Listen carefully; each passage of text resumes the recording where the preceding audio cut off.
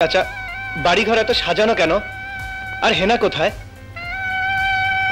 চাচা হেনা কোথায়? সাম্প্রতিক সময়ে সামাজিক যোগাযোগ মাধ্যমে সংলাপটি ব্যাপক আলোচিত হচ্ছে। 1996 সালে মুক্তি পাওয়া প্রেমের সমাধি সিনেমায় সংলাপটি ছিল। পর্দায় ছিলেন আনোয়ার হোসেন এবং বাপ্পা রাজ, আর ছবিতে হেনা চরিত্রে অভিনয় করেছিলেন শাবনাজ। এই ছবির আরেকজন নায়ক ছিলেন অমিত হাসান। প্রেমের সমাধি সিনেমার এই সংলাপ বলা নায়ক বাপ্পা রাজ সাম্প্রতিক বছরগুলোতে একের পর এক ভাইরাল হয়েছেন। এর কারণ ছিল বিরহ প্রধান গল্পের নায়ক। একবার ভাইরাল হয়েছেন সর্বাধিক ব্যর্থ প্রেমিকের সিনেমার নায়ক হিসেবে। একসময়ের এই জনপ্রিয় নায়ক দীর্ঘদিন ধরে কোনো সিনেমায় অভিনয় করেননি। এই সময়ে দেশের সিনেমা নিয়ে হতাশাও প্রকাশ করেন। অভিনয়ের প্রস্তাব পেলেও মনোপুত না হওয়ায় নাম লেখাননি। এবার ওয়েব সিরিজে নতুন রূপে ফিরছেন সেই বাপ্পা। 29 বছর আগে মুক্তি পাওয়া প্রেমের সমাধি ছবির পরিচালক ইফতেখার জাহান, আর ছবির কাহিনী, সংলাপ ও চিত্রনাট্য করেছেন দেলোয়ার জাহান ঝন্টু। সম্প্রতি ভাইরাল হওয়া প্রেমের সমাধি ছবির সেই ভিডিও ক্লিপে দেখা যায় সিনেমার এক পর্যায়ে নায়ক বকুল দীর্ঘদিন পর বাড়ি ফিরে তার প্রেমিকা হেনার বাড়ি সাজানো দেখতে পান। তিনি হেনার বাবাকে জিজ্ঞেস করেন,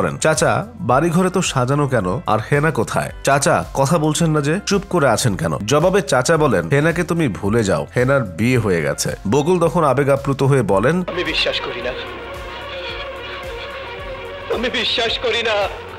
এরপর প্রেমের সমাধি ভেঙে মনের শিকল ছিঁড়ে পাখি যায় উড়ে গানটি পর্দায় বাজতে থাকে। দীর্ঘদিন পর এই সংলাপটি সামাজিক মাধ্যমে পুনরায় জনপ্রিয়তা পেয়েছে। অনেকেই এই দৃশ্যের ভিডিও ক্লিপ শেয়ার করছেন এবং নিজেদের মতামত ও অনুভূতি প্রকাশ করছেন। তবে ঠিক কি কারণে এই সংলাপটি হঠাৎ করে ভাইরাল হলো তা স্পষ্ট নয়। বাপ্পার পোস্ট করা ক্যারেক্টার টিজারের শুরুতে দেখা যায় একটি দরজা খুলে যায়, ভেতর থেকে ভেসে আসে প্রেমের সমাধি শিরোনামের গানটি। পাশে একটি চায়ের কাপ থেকে ধোঁয়া উঠছে, পাশে রাখা একটি পিস্তল। জানা যায় তার পরিচয় তিনি সায়েম জব্বার। পেছন থেকে দেখা যায় এই সায়েম একটি লেজার লাইট ধরে আছেন সামনের বোর্ডে। সেখানে পত্রিকার খবরগুলো সাঁটানো। পরে শোনা যায় সেই পুলিশ কর্মকর্তার কণ্ঠ, এই হাফিজ বন্ধ করো, অনেক তো বিরহ হলো, এবার একটু অ্যাকশন হয়ে যাক। চমক দিয়েই সেই জব্বার চরিত্রের সামনে আসেন বাপ্পা রাজ। ওয়েব সিরিজটির কাজ এখনো চলছে বলে জানালেন বাপ্পা রাজ। বেশ কিছু অংশের শুটিং এও অংশ নিয়েছেন। তিনি বলেন, এখনো কাজ শেষ হয়নি, কাজ চলছে, আরো কিছু কাজ গুছিয়ে নিই, তখন বিস্তারিত জানাবো কাজটি নিয়ে। এই ওয়েব সিরিজটি পরিচালনা করেছেন তরুণ নির্মাতা মোস্তফা খান সিহান। তিনি জানান, দীর্ঘদিন ধরেই তার পরিকল্পনা ছিল ওয়েব সিরিজ নির্মাণের। গল্প ভেবেছিলেন, কিন্তু প্রধান চরিত্রের অভিনেতা হিসেবে চমক দিতে চাইছিলেন। ঢাকায় সম্প্রতি শুটিং শুরু হয়েছে, তবে কোথায় প্রচারিত হবে ওয়েব সিরিজটি সেটা এখনো চূড়ান্ত নয়। এখনো বড় অংশের কাজ বাদ রয়েছে। তবে পরিচালক জানালেন,